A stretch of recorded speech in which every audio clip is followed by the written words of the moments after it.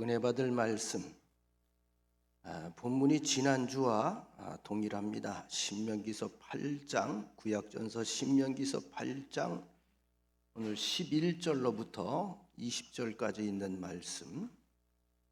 내가 오늘 네게 명하는 여호와의 명령과 법도와 규례를 지키지 아니하고 네 하나님 여호와를 잊어버리지 않도록 삼가할지어다.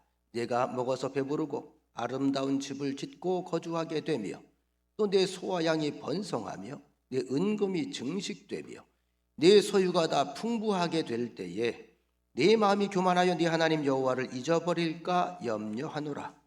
여호와는 너를 애굽 땅 종되었던 집에서 이끌어내시고 너를 인도하여 그 광대하고 그 위험한 광야 곧 불뱀과 전갈이 있고 물이 없는 간조한 땅을 지나게 하셨으며 또 너를 위하여 단단한 반석에서 물을 내셨으며 내 조상들도 알지 못하던 만나를 광야에서 내게 먹이셨나니 이는 다 너를 낮추시며 너를 시험하사 마침내 내게 복을 주려 하심이었느니라. 그러나 네가 마음에 이르기를 내 능력과 내 손의 힘으로 내가 이 재물을 얻었다 말할 것이라. 네 하나님 여호와를 기억하라. 그가 네게 재물 얻을 능력을 주셨음이라. 이같이 하심은 내 조상들에게 맹세하신 언약을 오늘과 같이 이루려 하심이니라. 네가 만일 네 하나님 여호와를 잊어버리고 다른 신들을 따라 그들을 섬기며 그들에게 절하면 내가 너희에게 증거하노니 너희가 반드시 멸망할 것이라.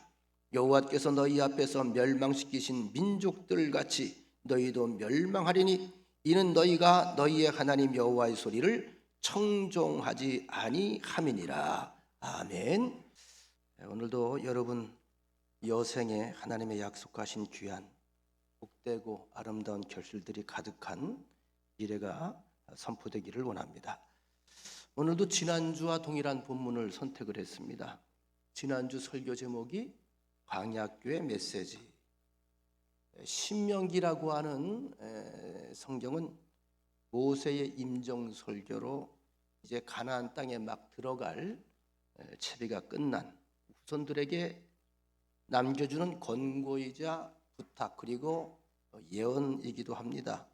하나님의 심정을 담아서 이스라엘 백성들이 모두 하나님께서 준비하고 약속하시고 예비하신 축복의 주역으로 잘 살아가 주기를 바랬습니다. 그래서 우려되는 부분들을 지금 강조를 합니다. 우려되는 부분들. 가나안 땅에 들어가서 정착을 하고 집을 짓고 농사를 짓고 그다음에 하나님이 약속하신 대로 풍요로운 결실을 얻게 될 때에 풍요로운 축복을 누리게 될 때에 이 모든 것을 행하시고 지금까지 이끄신 하나님의 은혜를 결코 잊어서는 안 된다. 사실 이것이 신명기 전체의 핵심입니다. 그리고 광야 생활을 통해 주시려고 했던 하나님의 의도는 오직 하나님 앞에 겸손, 하나님과 눈 맞추기. 그래서 하나님의 복을 담을 만한 그릇을 만들어 주는 게 사실 하나님께서 광야교회에서 그들에게 의도했던 하나의 그러한 목적이었습니다. 그리고 이런 과정을 우리말로 표현한다면 시험의 과정이라 이렇게 표현해요. 시험. 자, 오늘은 두 번째 메시지입니다. 이 시험이라고 하는 말의 의미를 먼저 생각해 볼 필요가 있습니다. 시험. 믿지 않는 사람도 시험이라는 말을 알고 예수 믿는 사람도 시험이라고 하는 말을 아는데 우리가 보통 시험하면 자격증을 따기 위해서 보는 시험들이 있지 않습니까? 그런가 하면 또 한 가지 나를 낙심하게 만드는 함정에 빠지게 만드는 그런 시험들이 있습니다. 근데 우리 크리스찬들이 말하는 시험, 성경에서 말하는 시험은 그런 의미가 아닙니다. 그리고 이 시험은 주님 나라 갈 때까지 계속 지속된다는 사실을 여러분들이 염두에 두셔야 됩니다. 시험은 끝난다 안 끝난다? 이 땅에 있는 동안에는 안 끝나요. 그럼 시험이 왜 끝나지 않을까? 왜 끝나지 않을까? 그 요인이 참 누가 시험을 나에게 시험거리를 던져서 시험거리가 안 끝나는 게 사실은 아니에요. 성경에서 가르쳐주는 핵심은 뭐냐? 그 시험이 내 안에서 항상 시작된다는 거죠. 내 안에서 내 정욕과 내 탐욕, 내 이기심, 내 자존감 이런 것들이 자꾸 나와서 부딪히면서 시험에 든다는 것인데 어쨌든 우리 인생의 신앙생활이라고 하는 것은 다른 말로 이야기하면 시험과 더불어 싸우는 게 신앙의 한 과정입니다. 누구나 시험을 당합니다. 어디에나 언제나 시험은 있습니다. 어느 분이 그런 얘기를 저한테 해요. 목사님이 시험 당할 게 뭐 있습니까? 제가 말씀드려 볼까요? 우리 교인들 가운데 예배 요새 못 드리는 분들이 있잖아요. 주일날 출석 체크를 하거든요. 제가 시험이 와요. 시험. 어떤 시험이 올까? 미워지려고 그래. 미워지려고. 한두 번은 그러려니 하는데 미워지려고 그래. 굉장히 서운해. 왜 이것밖에 안 되나? 이것밖에 안 되나? 더 매달려야 되는데, 더 기도해야 되는데, 더 간절해야 되는데, 그렇게 우수하고 그렇게 소리를 지르고 그렇게 울부짖어도 왜 이렇게 마음을 못 알아주나? 마음이 서운해. 이 서운한 마음도 시험이거든요. 시험. 그러니까 언제 어디서나 누구에게나 다 있는 거예요. 근데 이 시험에 대해서 우리가 중요한 세 가지 오해가 있습니다. 첫째는 시험하면 아픈 거, 고통스러운 거, 안 되는 거, 무너지는 거, 실패하는 거, 무슨 일이 내 뜻대로 되지 않으면 시험에 들었다라고 착각을 하는 겁니다. 병들거나 실직당했거나 사업이 좀 망가졌거나 그러면 시험에 들었다고 쉽게 속단을 하는데 사실 그렇지도 않아요. 여러분, 사람이 우리 냉정하게 생각해 보면 병들었을 때보다 건강할 때 어떻게 병들었을 때 죄를 많이 져요? 건강할 때 죄를 많이 져요? 대답하기 싫으면 말고. 돈 없을 때 죄가 많아요? 돈 있을 때 죄가 많아요? 자, 세상적으로 잘 나갈 때 죄를 많이 질까? 잘 안 될 때 죄를 많이 질까? 그러니까 우리가 실패했을 때보다 어려울 때보다 어떻게 보면 잘 나갈 때, 평탄할 때, 성공했을 때가 정말 위험한 때입니다. 그런 경우가 오히려 큰 시험에 빠져요. 중요한 건 왜 무서우냐 하면 잘 나갈 땐 내가 시험 가운데 빠져서 자꾸 잘못된 길로 가고 있는데 본인이 스스로 자각을 못한다는 겁니다. 어느 순간 정신 차려보면 엉뚱한 데 와 있는 거죠. 자, 이런 경우에 시험에 들었다고 생각하지 않는데 굉장히 중요한 문제가 있죠. 본인은 시험에 들어있는데 내가 볼 땐 본인은 그렇다고 느끼지 못하는 거예요. 사실은 형통과 풍요가 큰 시험이 될 수 있다. 오늘 신명기가 그 얘기지요. 잘 될 거다. 왜? 내가 그렇게 약속했으니까 하나님께서 풍요롭게 할 것이다. 번성하게 할 것이다. 강하게 만들어줄 것이다. 그런데 한 가지 유의해라. 오만하면 안 된다. 나 잊어버리면 안 된다. 또 한 가지, 시험에 대한 두 번째 오해는 마치 이 시험이 다른 누군가 때문에 발생한다고 생각을 하는 겁니다. 그러니까 정치가 시험이 되고 경제가 시험이 되고 환경이 시험이 되고 이웃이 시험이 됩니다. 사실은 그들이 문제가 아니에요. 성경은 자꾸 누굴 뒤돌아보게 만들죠? 나 자신입니다. 하나님 앞에 선 자, 하나님 앞에 선 나. 이 관계성 속에서 나를 보라는 거예요. 극단적으로 말씀을 드리면 사도 바울 같은 경우에 나는 세상에 대해서 십자가에 못 박혔다. 그죠? 세상에 대해 십자가에 못 박혔다. 완전히 십자가에 못 박혔다. 죽은 자로 선언해버렸습니다. 자, 이런 사도 바울에게 시험이 있을까 없을까? 시험이라고 하는 형태로 다가와도 전혀 시험이 안 되는 거예요. 왜? 난 죽어버렸으니까. 이건 굉장히 쉽지 않은 일이지만 어쨌든 성경의 원리가 그렇다는 거예요. 야고보서 1장 14절, 시험을 받는 것은 자기 욕심에 끌려 미혹됨이니. 다시 말하면 모든 시험은 밖에서부터 오는 것이 아니라 이 안에서 나오기 시작하는 거다. 자생적인 거다. 나 자신으로부터 시작된다. 여러분, 혹시라도 이 시험이 왔구나 생각을 하면요, 바깥에서 자꾸 답을 찾으려고 하지 말고 나와 하나님과의 관계 속으로 다시 들어가면 그 안에 답이 있습니다. 하나님께서 은혜를 베풀고 성령을 내게 허락하시고 날 만져주시면 환경은, 여건은 변하지 않는데 제가 늘 좋아하는 단어 있죠.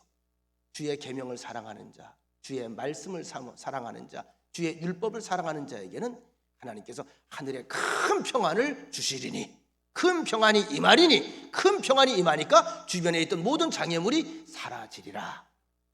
할렐루야. 시편 119편 165절, 아주 제가 좋아하는 구절입니다. 여기 해답이 있는 거예요. 또 한 가지, 세 번째, 시험에 대한 세 번째 오해는 다 모두가 나는 시험 당한다. 나는 시험을 당한다. 시험을 당하는 거예요. 내가 당하는 거예요. 아까도 말씀드린 것처럼. 그러니까 이것 때문에 가족을 원망해. 너 때문에 내가 시험 당하니까. 친구를 원망해. 나중에 심지어는 지난주에 제가 말씀드렸죠. 원망이라고 하는 죄는 하나님을 믿는 사람만 지을 수 있는 죄입니다. 여러분, 하나님을 원망하는 사람이 하나님 믿는 사람이요, 안 믿는 사람이요? 믿는 사람이 원망하죠. 세상 사람은 하나님 원망하지 않아요. 왜? 믿지 않는데 뭘 원망을 하겠어요. 크리스찬들만 하나님을 원망합니다. 어느 때? 내 뜻대로 안 될 때, 내 기도가 즉각 내가 원하는 대로 응답이 오지 않을 때, 그죠? 내 바람대로 안 될 때, 내가 애쓴 만큼 그 결과물이 내게 흡족하게 돌아오지 않을 때 하나님을 원망합니다. 도대체 왜 이러시는 겁니까? 내가 시험의 원인이라고 생각하는 사람들이 많지 않다는 겁니다. 여러분, 우리가 분명히 알아야 돼요. 문제는 납니다. 그리고 또 한 가지 깊이 알아야 될 것은 하나님의 관심은 어디에 있다? 나에게 있다. 이거 명심하고 살아가죠. 오직 하나님의 관심은 나에게 있다. 나에게 있다. 우리 주변 관심 없어요, 하나님. 내 새끼, 내 자녀, 바로 이 사람에게 있는 거예요. 내가 생명까지 내어준 너, 십자가에 죽기까지 사랑해서 건져낸 너, 모든 걸 다 포기하셨잖아요. 그리고 사랑을 증명하셨잖아요. 하나님의 전적인 관심은 누구에게 있다? 바로 나 자신에게 있다. 여러분, 이스라엘 백성들을 보십시다. 하나님께서 놀라운 이적을 행하심으로 저들을 애굽에서 건져내셨습니다. 그리고 40년 동안 사람이 살 수 없는, 짐승도 살 수 없는, 풀 한 폭이 없는 그런 40년 동안의 광야 생활을 철저하게 지키셔서 그들을 끝까지 안내하십니다. 결국은 가나안 땅으로 이끄시는데 눈앞에 약속의 땅이 펼쳐집니다. 요단강 너머로 꿈에 그리던 땅, 아브라함에게 약속하셨던 땅, 축복의 땅, 풍요의 땅, 바로 그 땅이 눈에 보여요. 자, 이제 이 요단강만 건너면 저 땅에 발을 디디게 됩니다. 잠시 뒤에는 안정이 올 것이고, 잠시 뒤에는 집을 지을 것이고, 잠시 뒤에는 이렇게 계속 고된 행군해야지 한 가족끼리 오손도손 모여서 즐거운 식탁에서 함께 식사를 하면서 미래를 계획할 것입니다. 그 약속이 바로 눈앞에 현실로 기다리고 있습니다. 얼마나 감격스럽고 환희에 찬 순간일까요? 그런데 하나님께서는 새로운 세계, 그 형통함과 풍요로움을 말씀하시면서 동시에 이스라엘 백성에게 경계를 하십니다. 그 땅에 들어갈 때 시험에 빠지지 않도록 조심해라. 시험이 거기 있다. 그 시험이 너희로부터 시작된다. 그 왜 이러한 경고를 하필 이때쯤 하셨을까요? 하나는 사람이라는 게 여러분 새로운 세상을 만나게 될 때는 어떤 기대감이 있고 마음에 벅찬 어떤 그런 떨림이 있습니다. 설레임. 그런데 어떻게 내가 변할지는 아무도 몰라요. 새로운 변화, 혁신이라고 하는 것이 항상 좋은 것만은 아닙니다. 왜냐하면 내가 어느 쪽으로 변화될지는 몰라요. 좋은 쪽으로 될지 나쁜 쪽으로 될지. 아주 극단적인 예를 제가 드리겠습니다. 일산도 도시 개발이 된 신도시입니다. 분당도 신도시입니다. 분당 사람들은요, 천당 바로 밑이 분당이래요. 그게 분당이 잘 졌다는 거예요. 그만큼 아주 계획적으로. 세종시도 개발 도시예요. 그죠? 대전 유성구에 새로 지은 것도 개발된데 계획적으로 개발된 데는 가보면요, 참 잘 돼 있어요. 아파트 단지마다 숲을 다 조성을 해가지고요, 이런데 아무것도 아니에요. 자전거 타는 거, 뭐 운동하는 거, 별 레저 시설이 다 완벽히 갖춰져 있어. 정말 천국 같아. 근데 여러분, 도시 개발이 될 때에 저도 들은 얘기가 있거든요. 산지에서 가난하지만 소박하게 행복을 일구면서 살던 평범한 가정들이 수십억 대 부자가 된 분들이 많아요. 땅만 가지고 있었는데, 물려받은 땅만 가지고 있었는데 거기가 이제 올라간 거죠. 수십억 부자가 된 거예요. 자, 여기에서 이제 넌센스 퀴즈가 나갑니다. 100명이 이 가운데 다 수백억 대 부자가 됐어요. 그 이전의 행복을 유지해 나가는 가정이 몇 프로나 될까요? 이건 제가 그냥 내는 게 아니고요, 나와 있는 데이터를 보고 얘기하는 거예요. 5%만 그 행복을 가져갔다는 거예요. 95%가 다 망가진 겁니다. 몰랐던 돈 맛을 보니까 사방에서 똥파리 끼지요. 예? 하이에나 들어오지요. 그러면서 거기에 뭐 오빠, 아빠, 빵빵 이러니까 거기다 가버리는 거야. 그냥. 정신 차려보니까 내 주변에 있던 소중한 사람들이 다 없어졌어. 쉽게 예를 들면 이런 겁니다. 이제 이해가 되시죠? 이거 조심하라는 거예요. 이게 복이에요? 아니, 이거 재앙입니다. 근데 본인이 망가져서 코 박고 죽을 때까지 이 사실을 모르다 정신 차려보면 벌써 임종이 눈앞에 와 있는 거거든. 여러분 잊지 마세요. 눈앞에 펼쳐진 새로운 세상, 가나안 복지를 약속하고 거기에 들어가도록 축복하시는 하나님께서 염려하시는 높아심에 이 새로운 변화 속에, 새로운 풍요함 속에 무서운 시험이 있을 것이다. 너희들 무릇 지킬 만한 것보다 뭘 지켜라? 마음을 잘 지켜라. 신앙을 잘 지켜라. 또 한 가지, 사람이 만족에 빠져들면 거기에 도취됩니다. 이 만족이라고 하는 말이 긍정적으로 보면 참 좋은 거예요. 현실에 만족해야죠. 근데 안주라면 안 돼요. 안주라면 안 됩니다. 제가 감히 말씀을 드리건데 앞으로 10년에서 15년 뒤면요, 한국의 교회가 많은 변화가 옵니다. 이미 변화가 오고 있습니다만 딱 10년에서 15년 좀 오래 좀 잘 견디고 사세요. 10년, 15년 뒤엔 한국 교회에 엄청난 변화가 와요. 어떤 변화가 올까요? 생명력이 있는 교회만 존재합니다.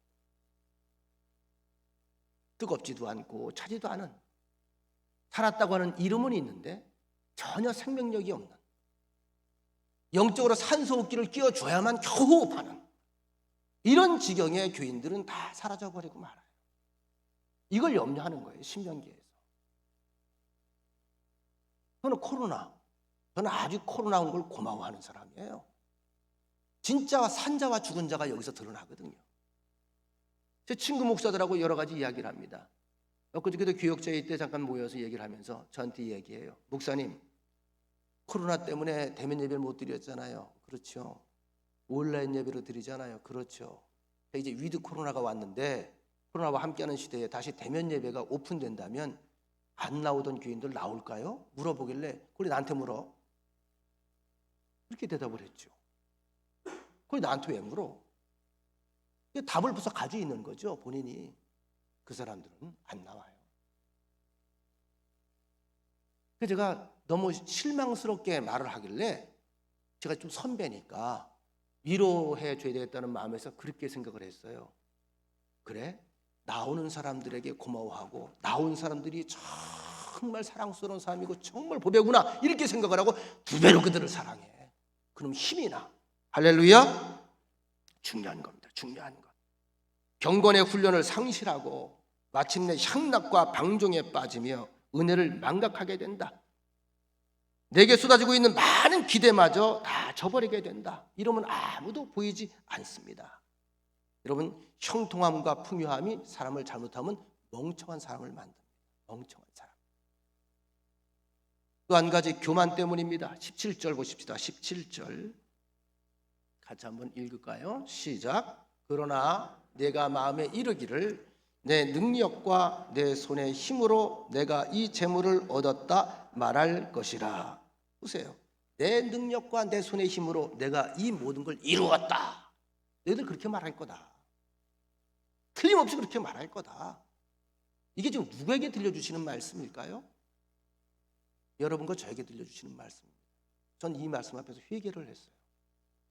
교회 부흥, 교회 성장. 보통 그동안은 제가 교만해서 내가 무언가 일을 해서 만든다고 생각을 했는데 이게 교만이더라고요. 내가 하는 게 아니에요. 전적으로 하나님의 은혜입니다. 하나부터 열까지 다 하나님의 은혜입니다. 하나님께서 하게 해주신, 하나님께 힘을 주셔야 되고 건강을 주셔야 되고 사람들 마음을 녹여주셔야 되고 다 하나님이야. 하나님께서 만지지 않으면 되는 게 하나도 없어요. 하나부터 열까지 다 하나님의 은혜입니다. 사람이 형통할 때 교만해지기 쉽거든요. 존 트랍이라고 하는 분이 이런 말을 했습니다. 다른 죄들은 모두 하나님 앞에서 도망가는 죄지만, 죄지면 다 하나님 앞에 도망가잖아요. 도망가는 죄지만 교만죄만은 하나님 앞에 대드는 죄다. 기가 막힌 말인 것 같아요. 아담과 하와가 범죄한 이후에 하나님이 찾으니까 피해서 숨었죠. 일반적으로 죄를 지으면 하나님 앞에서 다 도망을 갑니다. 숨습니다. 그런데 교만한 놈은 안 숨어요. 들이댐벼요. 그러니까 교만이라고 하는 것이 하나님을 대적하는 엄청난 죄라는 거죠. 그래서 하나님께서 성경 전체에 죄를 언급할 때마다, 열거할 때마다 가장 선두에 앞장 세워서 빠지지 않고 등장하는 게 교만입니다. 교만. 형통할 때, 잘 나갈 때, 남들이 위대하다고 할 때 특별히 사람들은 교만해지기 쉽습니다. 애굽의 전성기 때에 바로왕이 그랬고, 아수르 전성기 때에 사네드립이 그랬고, 바벨론의 전성기 때에 느부갓네살 왕이 그랬습니다. 유다 왕 헤로다도 마찬가지죠. 중요한 것은 모두가 비참한 종말을 맞이했다는 것. 하나님께서 절대로 용서하지 않는 것, 참지 않으시는 죄가 있습니다. 뭐죠? 교만죄입니다. 교만죄. 그러니까 여러분, 사람이 겸손한다는 게 참 어렵잖아요. 제가 가끔 자주 그 말씀을 드립니다만, 조영남 씨가 부른 찬송, 그렇죠? 찬송이 아니죠? 가요죠? 겸손이 힘들어. 겸손은 힘들어. 참 힘들어요. 그럼에도 불구하고 겸손해야 하나님의 사랑을 받습니다. 또 한 가지 하나님께서 이스라엘에게 경고하시는 까닭은 우상숭배 때문입니다. 우상숭배. 풍요에 만족하고 교만해지면 끝내 하나님을 저버리게 됩니다. 하나님 없는 생활을 합니다. 하나님이 없을 때 그 빈자리는 우상이 들어가 앉습니다. 어느 사이에 우상을 섬기게 됩니까? 수능일이 얼마 안 남았죠. 엊그저께 뉴스에 나오더라고요. 절마다 불공 드리는 분들이 가득하더라고. 되게 연세가 지긋한 분들이죠. 천배백배 하는 거예요. 그 허리 두드려 가면서 또 하는 거예요. 또 하는 거예요. 부처님도 참 고민이 많을 거예요. 참 고민이 많을 거예요. 하나님이 없으면 그 빈자리는 우상이 들어가 앉는다. 기억하세요? 신앙생활엔 회색지대가 없습니다. 비무장지대도 없습니다. 반드시 누군가가 주인이 됩니다. 하나님이 없으면 우상이 들어가는 거예요. 여러분, 우리는 심령에 하나님을 잘 확인하시기 바랍니다. 하나님의 말씀, 하나님의 약속, 하나님의 위대한 축복이 이 안에 있는 거예요. 여러분, 인류의 역사를 한번 생각해 보십시다. 이상하게도 풍요로움이나 넉넉함이 있었을 때에는 대개 보편적으로 어느 민족이든지 꼭 타락을 합니다. 하나님을 떠나요. 방종을 합니다. 방종. 지금도 배부르고 여유 있는 사회 가보면 교회가 텅 비어 있죠. 유럽이 위기 아닙니까? 당장에 우리나라의 역사를 한번 보십시다. 우리나라가 어떻게 지금 일어난 나라입니까? 여러분, 1000번, 10,000번을 생각을 해도요, 이 나라는 지금 우리가 이렇게 사는 게 기적이에요.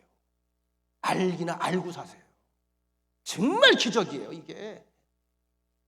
전 세계 인구 가운데에 5천만밖에 더 돼, 우리가? 5,500만. 그것도 한반도가 반쪽 나눠져서. 이 땅에서 세계 선진대열 10위권에 들어간다는 게 이건 말도 안 되는 거예요. 도저히 말이 안 돼요. 도저히. 여러분, 조선 100년사 저도 공부 좀 하거든요. 내놓을 게 별로 없어요. 내놓을 거. 제가 싫어하는 얘기 있다 그랬죠.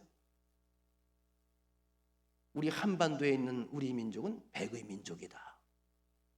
참 착하고 순둥해서 남을 괴롭힐 줄 모른다. 웃기는 소리 하지 마. 우리가 얼마나 사악한 사람들이 많은데. 그럼 여러분, 우리가 정말 백의의 천사 같은 그런 우리의 마음들을 가지고 그런 고유의 품성을 가지고 있어서 우리가 침략을 안 했을까요? 힘이 없어 얻어맞느라고 정신 못 차렸을까? 백년사 보세요. 매일 얻어맞았죠. 힘이 없어서 그러는 거예요. 무슨 이상한 그렇게 미화역을 갖다가 붙여가지고선 맞았으면 아프다고는 할 것이지. 다시 맞으면 안 되겠다고 할 것이지. 그런 식으로 미화랍니까? 계급의식에 사로잡혀가지고 매일 국정에서는 파벌 싸움만 되고. 제가 또 그 말씀 드렸잖아요. 어느 때는 양파로 나눠져가지고서 말이 왕비 하나를 놓고선 말이지. 왕비가 돌아가셨는데 상복을 1년 입어야 되느냐 3년 입어야 되느냐 이거 가지고 6년 싸웠대잖아. 이게 이 나라야. 그 결과에 따라 백성들의 운명은 그냥 끌려가는 거죠. 기독교가 이 땅에 들어오기 전까지 이 민족을 주도하던 사상이 뭐였습니까? 불교입니다. 그리고 유교입니다. 사대주의. 뭐 사대주의.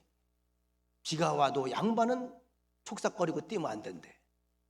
비가 와도 다 맞는 거예요. 어디 쉴 데가 없나? 아유, 참참 오늘 바로 비바람이 몹시도 무는구만. 다 맞고 앉아. 굶어 죽어도, 처자식이 굶어 죽어도 미천한 하인들이 하는 건 절대 할 수가 없는 거예요. 입에 곰팡이가 쓸어도.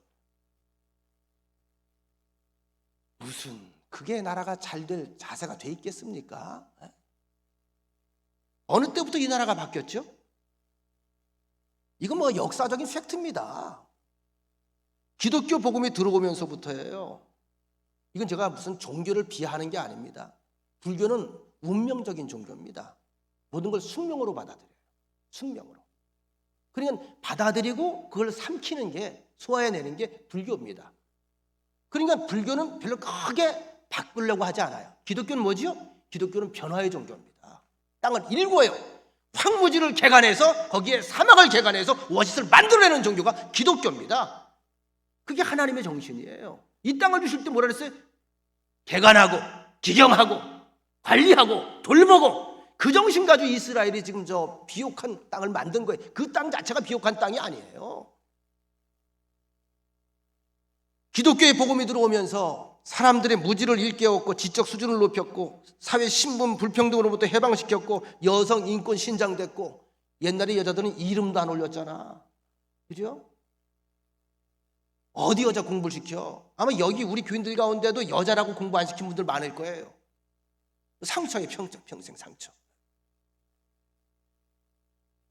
사회 전반의 인재가 골고루 자신의 재능을 발휘할 수 있도록 한 게 기독교 복음이 들어오면서 학교를 세우고 여자 학교를 세우고 가르치고, 그 결과로 드러나는 것이 뭡니까? 36년 일제 식민 치하를 거쳐서 한민족 최고의 비극이었던 6.25 동란을 겪어도 이렇게 빨리 회복되고 잿더미에서 선진대열에 들어선 나라가 전 세계에 유례가 없는 기적의 아이콘이에요. 전 세계 코리아 하면 기적의 아이콘입니다. 어떻게 된 나라야? 어떻게 된 사람들이야? 전 세계가 자타가 공인하는 사실이에요. 제 말이 틀려요? 맞아요? 맞죠? 그런데 지금 보세요. 코로나로 다 죽게 됐습니까? 다 망가졌습니까? 조선시대로 돌아갔습니까? 코로나 때문에 밥 못 먹습니까? 추운 겨울에 내과에 나가 손빨래 해야 됩니까? 쇼핑 못 합니까? 직장에 나갈 수 없습니까? 그런데 신앙생활은 왜 맨날 뒷전이냐 이거예요. 신앙생활은. 예배 모임은 왜 뒷전이 됐습니까? 기도생활은 왜 뒷전이 됐습니까? 이 나라의 축복과 번성의 출발점이 바로 하나님의 말씀, 하나님의 복음이었음을 우리가 잊지 말아야 됩니다. 전 세계의 역사, 구약 전체의 역사가 이 얘기를 계속 반복해 들려주는 거예요. 우리에게 살 길이 무엇인지를 제시하고 있다는 것입니다. 저도 알아요. 억지로 안 돼요. 외친다고 되는 것도 아니고 눈물 흘린다고 되는 것도 아니고, 뭐 예레미야가 오죽했으면 눈물이 다 같이 몰라가지고 눈물의 선지자라는 그런 별명이 들었겠어요. 장구한 역사 속에서 여전히 벌어지는 반복되는 일인 것을 알고 있습니다. 그래서 더 안타까운 마음으로 외치는 거예요. 이것이 우리의 사명이니까. 여호와께 돌아가자. 여호와께 돌아가자. 하나님께 돌아가자. 다시 말씀드리거니와 여러분과 저 우리 모두 다 아직 다 된 자들이 아닙니다. 이 땅에 사는 동안엔 불안정한 존재들이에요. 사는 동안에 걱정이에요. 사는 동안이 문제예요. 세상이 문제이기 때문에, 죄와 더불어 살기 때문에 문제란 말입니다. 그래서 하나님은 여전히 우리를 따로 던져놓지 않고 지금도 관여하시고 간섭하시고 돌보시고 다듬어 가시고, 할렐루야. 이걸 우리가 알고 하나님의 은혜라고 고백을 하는 거거든요. 우린 지금 만들어져 가는 거예요. 계속 만들어져 가는 거예요. 주일날 와서 또 수요일날 와서 새벽에 나와서 말씀 들으면서 또 하나 고쳐가고 또 하나 고쳐가고 흐트러진 거 다시 한번 만지고. 그렇기 때문에 무엇보다 중요한 것은 하나님께서 그 사실을 알고 하나님의 은혜와 지속적인 돌보심이 필요한 존재라는 사실을 본인들이 알고 하나님을 부르고 하나님의 이름을 부르고 하나님 앞에 나오기를 즐겨하고 믿음 가운데 살아가려고 애쓰고 하나님께 도움을 요청하는 그런 사람들을 이 시대에 찾으시는 겁니다. 이제 성경은 풍요와 형통함, 이 부유함 속에서 무서운 시험에 빠지지 아니할 수 있는 처방을 우리에게 말씀합니다. 다시 말씀드리거니와 전 코로나가 참 고맙습니다. 올해 맞아 죽을지 모르겠지만 제가 영적으로 갈급해졌거든요. 어마어마하게 갈급해졌어요. 우리 교인들에 대한 영적 욕심도 갈급해졌습니다. 그 이전엔 제가 몰랐어요. 이러다 교회에 위기가 오겠구나. 깨어 있어야 되겠구나. 뭘 좀 먹여야 되겠구나. 뭔가 살아있는 걸 우리가 서로 간에 확인시켜줘야 되겠구나. 풍요와 형통함, 이 부유함 속에서 무서운 시험에 빠지지 않을 수 있는 처방, 이것이 오늘 말씀의 결론입니다. 하나님께서 과거에 이스라엘 백성들에게 해주신 귀한 역사가 4가지가 있습니다. 하나는 해방자가 되셔서 애굽에서 그들을 건져내셨죠. 또 한 가지 40년이라고 하는 긴 세월을 광야에서 친히 인도하셨습니다. 또 한 가지 목마른 자들을 위해서 마른 반석에서 생수가 터져나오게 하셨습니다. 모두 하나님이 하신 일이죠. 또 한 가지 매일 하늘에서 음식을 공급해 주셨습니다. 만나를 먹게 하신 것.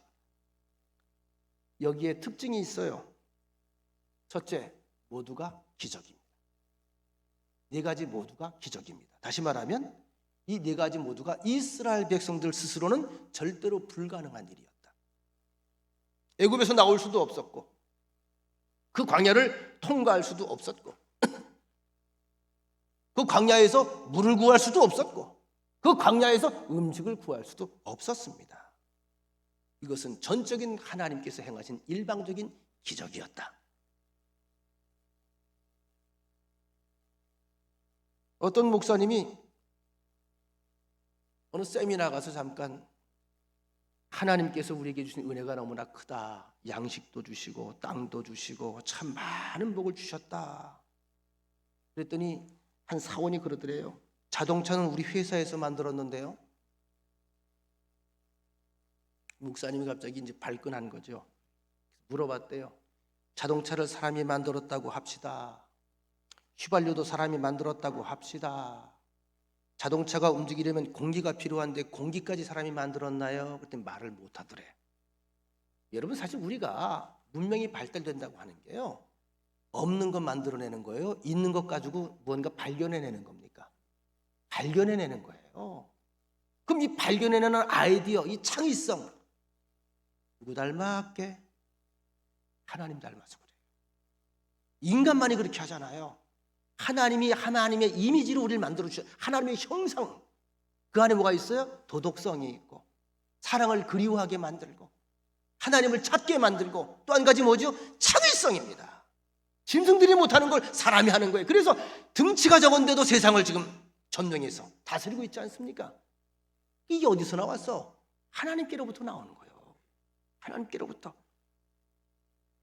모든 게 기적이 아닌 게 없어요.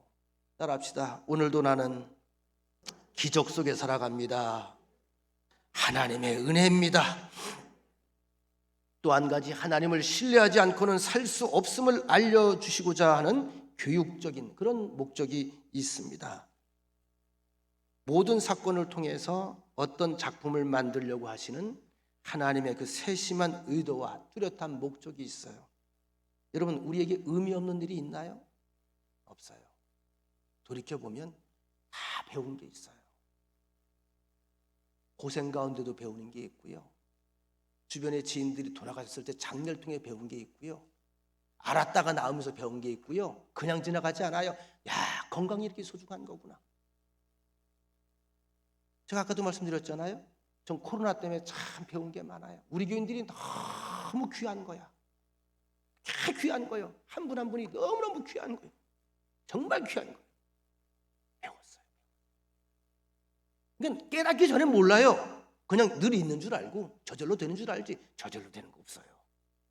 이걸 깨닫고 배우는 게 지혜입니다. 지혜. 하나님을 신뢰하지 않고는 살 수 없다. 또 한 가지, 역경을 통해서 복을 주신다. 역경을 통해서 복을 주신다. 하나님의 사람, 여러분은 하나님의 사람이지요? 하나님의 사람이라고 하는 하나의 작품을 만들어 가시기 위해서 어려운 40년 동안의 광야 생활을 주셨고, 그 속에서 당신의 귀한 뜻을 계속 말없이 빚어나가신 겁니다. 다시 말하면 광야 40년은 이스라엘 백성들에게 복을 주시기 위해서 그릇을 예비하시는 사건이었다. 16절 말씀, 지난주에도 우리가 이것을 결론으로 삼았는데 16절 말씀, 이는 다 너를 낮추시며 겸손하게 하시며 너를 시험하사 다듬으시사 마침내 내게 복을 주려 하심이었느니라. 복을 담을 그릇을 만드는 과정이었다. 우리 이런 배짱이 있어야 돼요. 그래서 신앙생활하면서 내 마음대로 의도대로 안 되는 경우가 있잖아요. 세상 일이라고 하는 게. 그럴 땐 기도하면서 하나님께 좀 비비세요. 주님 만져주세요. 주님 만져주세요. 주님 좀 다듬어 주세요. 제가 얘기했죠? 김장 얘기. 어제도 어느 분이 김장 갖고 왔는데 기똥차게 맛있더라고. 근데 그 배추는 조금 덜 죽었더라고. 그래서 겉절이가 돼서 맛있더라고요. 조금 더 죽으면 팍 하는데 조금 덜 죽어서 양념이 덜 들어가더라고. 양념이 푹 들어가려면 어떻게 해야 돼요? 맛난 양식이 양념 푹푹 들어가려면, 절여들려면 어떻게 해요? 푹 죽어야 돼요. 그래서 오른쪽으로 비비고 왼쪽으로 비비고, 비빌 때마다 싹싹 들어가는 거예요. 하나님 볼 때도 마찬가지예요. 고집 피워야 해요. 나만 손해예요. 여러분, 마지막으로 만나의 뜻을 알아야 됩니다. 만나는 하늘에서 이슬처럼 내려왔어요. 얼마 전에 된소리 한번 왔었죠? 그때 여러분 뭔 생각했어요? 만나다 그랬어요. 제가 반짝반짝 하잖아. 햇빛 때문에 반짝반짝. 이게 만나였어, 광야에서. 근데 생각을 해보십시다. 어차피 주실 참이라면 뭐 한 일주일치를 주시든지 한 달치를 주시든지 한 1년치를 주시든지 두고두고 먹을 수 있게 주시지, 왜 매일 아침마다 찔끔 주셨나 이거예요. 하루치보다 조금만 더 거두면 그 다음날 다 썩어버려. 그래서 귀한 것이긴 한데 모아두지 못해. 매일매일 부지런히 나가서 걷어야 돼요. 왜 그러셨을까? 짓궂기도 하시지. 또 농사도 짓지 말고 만나만 먹으래요. 여러분, 거기서 농사지라 그랬으면요, 이스라엘 사람들 가나안에 갔을까 안 갔을까? 안 가죠. 농사 못 짓게 한 거예요. 거기 안주하지 못하게 한 거예요. 그래서 40년 동안 매일 아침 주일날만 빼고 그 떡가루를 보내주셨는데, 도대체 그렇게 하신 이유가 뭐냐? 매일매일 하나님의 은혜로 살고 매일매일 오직 하나님께서 주시는 축복으로만 산다는 것을 매일 확인하고 고백하라는 거예요. 그래서 이 만나에는 하나님의 선물성이 있어요. 만나는 아주 우수한 선물입니다. 신비한 선물입니다. 초월적인 겁니다. 시편 78편 25절에 보면 이것을 힘 있는 자의 떡, 번세 있는 자의 떡, 힘센 자의 떡. 영어 성경의 킹 제임스 버전에서 보면은 angels food 이렇게 되어 있습니다. 천사의 떡 이렇게 돼. 천사의 떡. 그러니까 이 땅에서 사람이 만들 수 있는 게 아니에요. 하늘로부터 천사가 제공하는 거예요. 신령한 양식. 또 이 만나에는 희귀성이 있죠. 특별한 것이라고 해서 여러 번 강조를 합니다. 성경에. 특별한 것이다. 특별한 것이다. 16절, 내 조상들도 알지 못하던 만나를. 내 조상들도 알지 못하던 만나를. 그 귀한 믿음이 좋았던 선조들도 한 번도 맛보지 못하고 구경도 못했던 그 만나를 너희가 먹은 것이다. 특별한 것이다. 특별한 것. 너희 조상들은 본 일도 없다. 먹어본 일도 없다. 이것은 너희에게만 주신 것이다. 특별한 선물이다. 이 얘기, 특별한 선물. 여러분은 어떻게 생각하십니까? 여러분은 내가 받는 은혜가, 여러분 자신이 받은 은혜가 보편적인 겁니까? 아니면 특별한 것입니까? 같은 은혜지만 좀 더 깊게 생각해 보면 그렇지 않거든요. 다른 사람에게 주신 은혜를 내게도 주셨습니다. 이걸 보편적인 거라래. 누구나 다 받을 수 있는 은혜. 중요한 건 이제 그것을 받은 사람들의 자세입니다. 여러분 보편적으로 느끼십니까? 특별하게 느끼십니까? 이게 참 중요한 거예요. 저는 특별하게 느껴요. 특별하게. 내가 받은 은혜는 참 특별한 거다. 다른 사람들에게는 없는 거다. 아주 특별한 은혜를 나만 받았다. 이 고백이 하나님은 듣고 싶으신 겁니다. 이스라엘 백성들이 수백만 명이 그 광야에서 만나를 먹으면서 남들하고 똑같이 먹는데 뭐 쟤도 먹고 나도 먹는데 뭐 그랬단 말이죠. 그 중에 소수의 사람들은 이 특별한 음식 매일 주시네. 하나님 나를 이처럼 사랑하사. 하나님이 누굴 보겠어요? 다른 거예요. 역사에도 없고 과거에 아무도 경험해보지 못했던 하나님께서 내게만 주신 은혜가 있음을 우리가 알아야 됩니다. 만나는 이스라엘 역사에 단 한 번 있었던 이례적인 사건이고 창조적인 사건이고 또 하늘로부터 내려와서 광야에서 급식을 하는 놀라운 사건이었습니다. 군대 갔다 오신 분들은 아시겠습니까? 군에서 농담삼아 하는 얘기가 있죠. 하나는 농담이 아니고 하나는 농담입니다. 농담이 아닌 말은 전쟁에 실패한 군인은 용서받을 수 있어도 경계에 실패한 병사는 용서받을 수 없다. 이 경계금을 잘 쓰라는 거예요. 전쟁을 하다가 어쩌다 질 수 있다는 겁니다. 근데 경계를 잘못 쓰게 되면 뚫리잖아요. 뚫리면 자다가 다 죽어요. 그래서 경계가 그만큼 중요하다는 걸 강조하는 거예요. 근데 취사병들이 하는 얘기가 있어요. 취사병들이. 김기숙 권사가 알라나 모르겠네. 전쟁에 실패한 병사는 용서받을 수 있어도 식량 배식에 실패한 병사는 용서받을 수 없다. 군대랑 갔다 와서 못 알아듣는구만. 배식에 실패한 병사는 용서받을 수 없다. 그만큼 사람이 먹는데 민감하다는 거거든요. 먹는데. 자, 여러분, 사람에게 가장 민감한 것이 먹는 것인데, 자, 하나님의 배식은 어떻게 불완전했다, 완벽했다. 완벽하죠. 각자가 자율적으로 자기가 먹을 만큼 가져가는 거예요. 큰 손 가진 사람은 대접관 더 많이 가져갔을 거고 많이 못 먹는 사람은 적게 가져갔을 거예요. 중요한 것은 남으면 썩는다는 거죠. 완벽한 겁니다. 하나님께서는 이를 통해서 우리가 당신의 돌보심과 날마다 필요한 것을 채워주시는 은혜를 확인하길 원했어요. 이게 뭐죠? 동시에 날마다 하나님을 신뢰하며 하나님 앞에 겸손한 그릇이 되길 원했다는 말입니다. 하루에 여러분 기도를 몇 번이나 하시는지요? 학생들한테 물어보니까 목사님 저는 기도를 3번 꼭 해요. 언제 하냐? 밥 먹을 때요. 아침, 점심, 저녁 꼭 3번 기도하고 밥을 먹는다는 거예요. 제가 얘기를 했죠. 기도를 많이 하는 게 하나님이 좋아하겠냐? 조금 하는 걸 좋아하겠냐? 많이 하는 걸 좋아합니다. 그래서 그랬어요. 앞으로는 밥을 10끼를 먹어라. 그럼 10번 기도할 거 아니야. 그죠? 다른 시간은 자꾸 늘려가면서 기도 시간을 왜 줄입니까? 여러분들이 좋아하는 드라마 한 편 보는 그 시간만 기도하면 여러분들의 삶이 뒤집어져. 여러분 하나님께서 일용할 양식을 주신 이유가 뭘까요? 왜 이틀에 한 번, 사흘에 한 번이 아니고 매일매일 먹게 마셨나?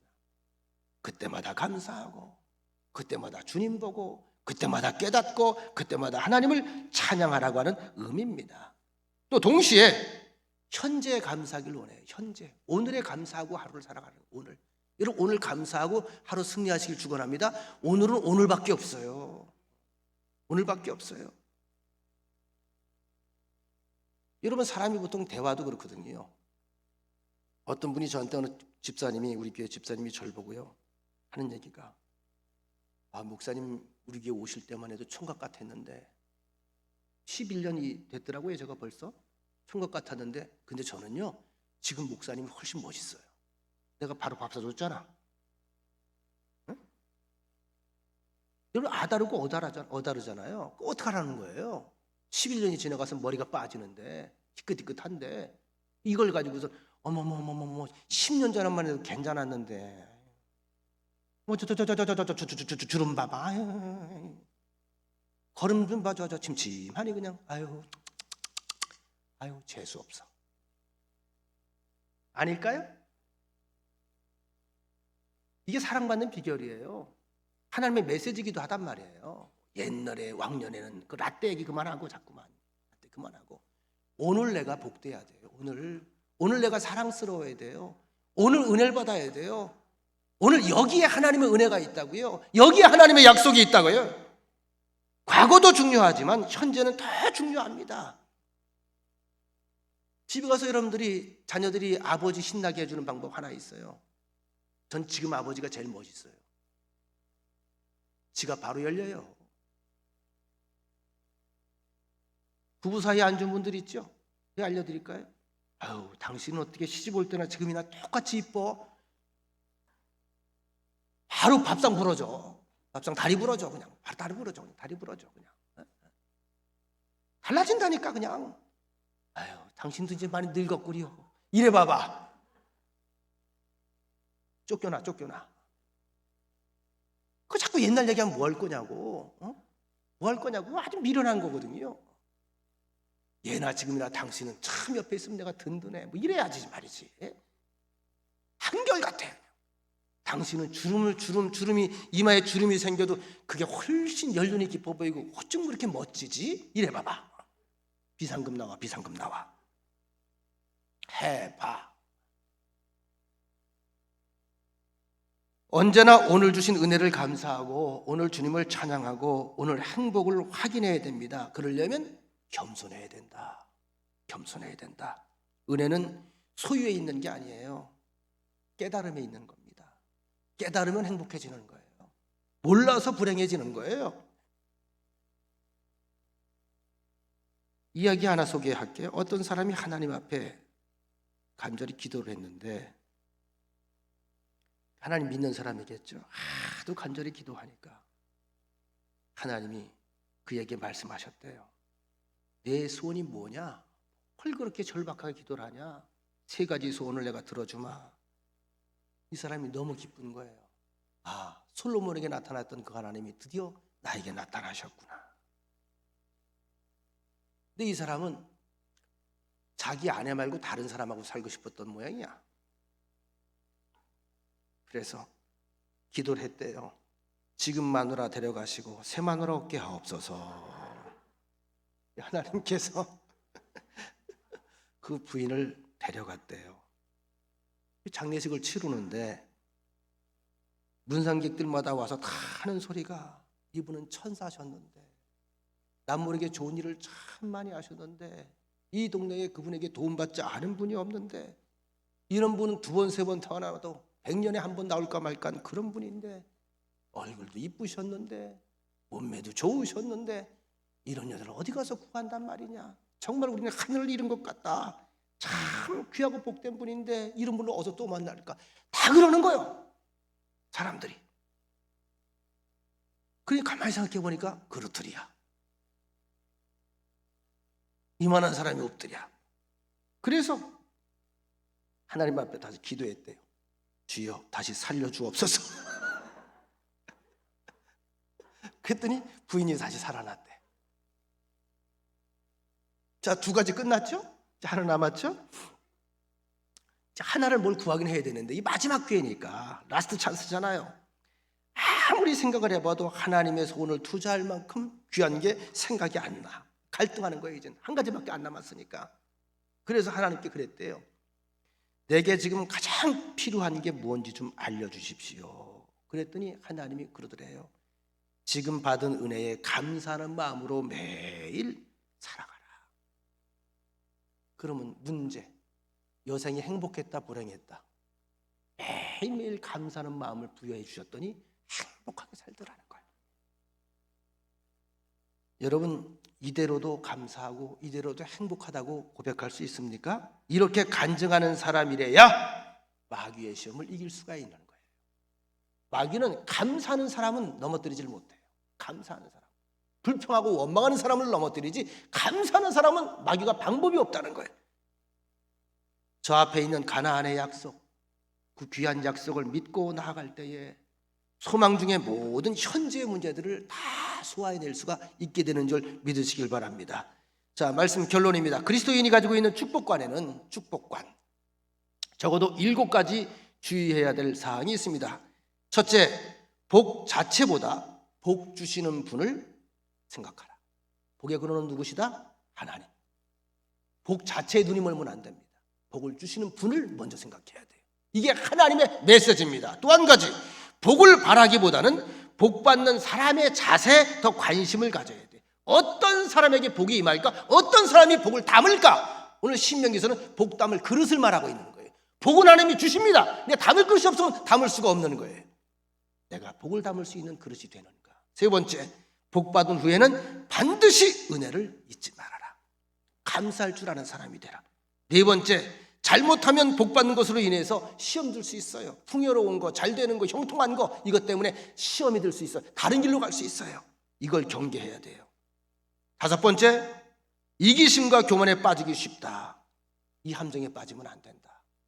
항상 하나님이 주시는 힘으로, 공급해 주시는 지혜로, 하나님이 주시는 여건으로, 하나님이 주시는 능력으로 하나님이 내 앞에 먼저 고백이 돼야 돼. 여섯 번째, 복을 받을수록 더 엎드려라. 겸손하라. 여러분, 5을 가지고 교만하면 그 그릇에는 5을 담을 수가 없어요. 가장 중요한 게 뭐죠? 광야교회에서 겸손입니다. 겸손해야 이것들을 담을 수가 있어요. 겸손해라. 겸손이 뭐죠? 하나님을 인정하는 게 겸손이에요. 끝으로 7번째, 복은 사명입니다. 사명. 어떤 복을 받았든지 간에 그 복이 복으로 끝나서는 안 되고 내 자신의 유익을 위해서 끝나는 것이 아니라 사명으로 연결이 돼야 돼. 지위를 얻었든지 재산이 있든지 명예가 있든지 건강이 있든지 여러분들 큰 책임이 맡겨진 겁니다. 우리의 사명이 무겁다는 것을 기억하시기 바랍니다. 우리 교회가 왜 부흥해야 될까요? 우리 교회가 왜 건강해야 될까요? 그래야 주변을 돌볼 수 있는 힘이 있으니까. 16절 말씀 다시 읽어드리고 말씀 마칩니다. 내 조상들도 알지 못하던 만나를 광야에서 내게 먹이셨나니 이는 다 너를 낮추시며 너를 시험하사 마침내 내게 복을 주려 하심이었느니라. 하나님께서 우리에게 만나를 주신 것은 은혜를 더하고자 하심이고 겸손하고 낮추시게 하기 위함이고 마침내 더 큰 복을 주시기 위함이었다. 벌써 한 해가 이제 끝자락에 거의 다 왔습니다. 다음 주일은 추수감사주일입니다. 그 어느 때보다 힘든 그런 2년을 우리가 지금 잘 견디고 살아가고 있습니다. 살아있는 게 은혜고 건강한 게 은혜고 예배드릴 수 있는 게 은혜입니다. 하나님의 은혜에 여러분 마음속에 참 감사함으로 풍성한 감사함으로 그 감사가 고백되는 그런 한 해의 끝자락이 되기를 주의 이름으로 축원합니다.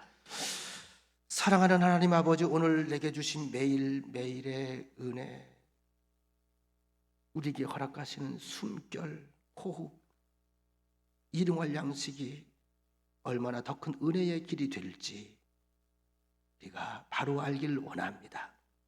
날마다 겸손하여 하나님의 손길을 느끼며 하나님의 사랑을 가슴에 담고 감격 속에 아름다운 결실을 드러내며 하나님께 영광 돌리는 여생들을 삼아 주옵소서. 예수님의 이름으로 기도합니다. 아멘.